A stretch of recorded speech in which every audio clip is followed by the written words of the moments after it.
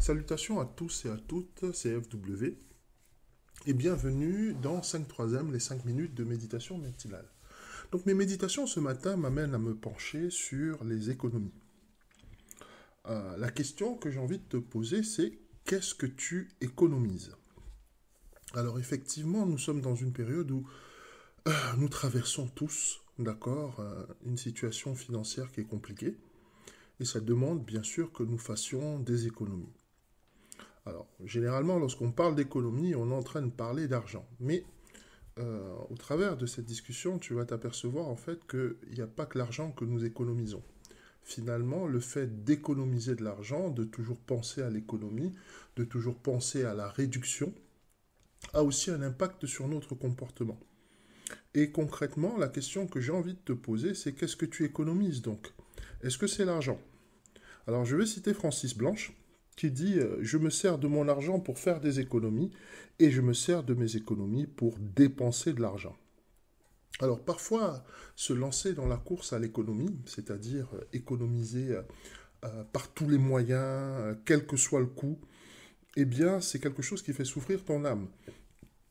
Si tu atteins le niveau où tu n'arrives plus à prendre un bon repas, si tu atteins le niveau où chaque fois même que tu te retrouves, je ne sais pas moi, à la terrasse d'un café, en train de te poser 10 000 et une questions sur le fait si tu dois ou si tu ne dois pas prendre ce dessert qui te fait tant envie, eh bien sache que en fait tes économies sont en train de faire souffrir ton âme.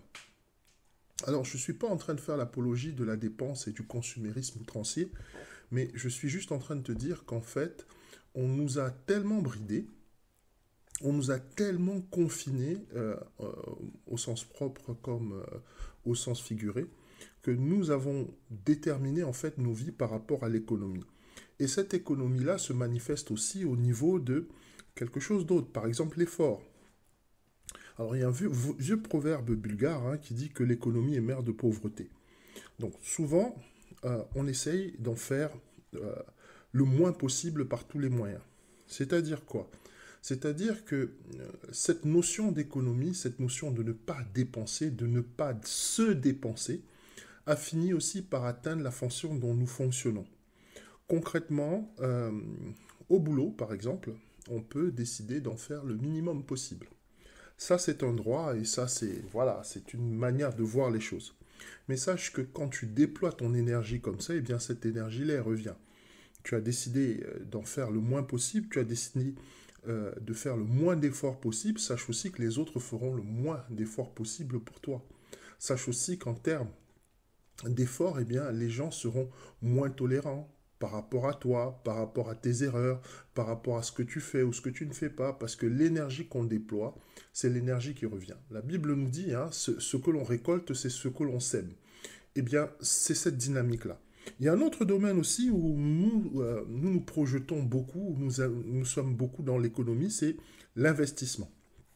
Alors souvent, dans l'investissement, on a l'économie, surtout en termes de relations. Tu viens de rencontrer quelqu'un, vous avez décidé de faire un bout de chemin ensemble, et souvent, qu'est-ce qui se passe? Eh bien, c'est que nous décidons, pour X ou Y, Z raison, de ne pas montrer nos sentiments, de ne pas montrer nos émotions, d'être dans la retenue systématiquement, bref, d'être dans l'économie des sentiments.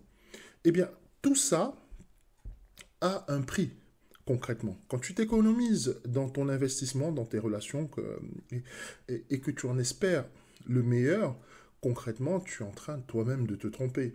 On est d'accord, tu ne peux pas économiser et espérer en fait que eh bien, tu vas gagner beaucoup, concrètement. En conclusion, qu'est-ce que je pourrais te dire? Ce que tu économises en fait en dit long sur toi. C'est un révélateur en fait sur tes peurs les plus profondes. Et si tu n'affrontes pas ces peurs, eh bien, tu cours le risque de vivre ta vie à moitié. C'est-à-dire sans jamais vraiment être heureux, c'est-à-dire en goûtant les choses à moitié, en appréciant les choses à moitié, en vivant à moitié, en prenant des risques à moitié, donc forcément à moitié, on n'a jamais, jamais, jamais de résultat plein.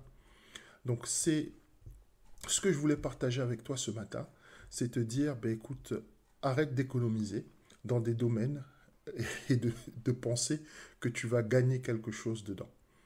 Commence à vivre pleinement. Je te souhaite une bonne journée.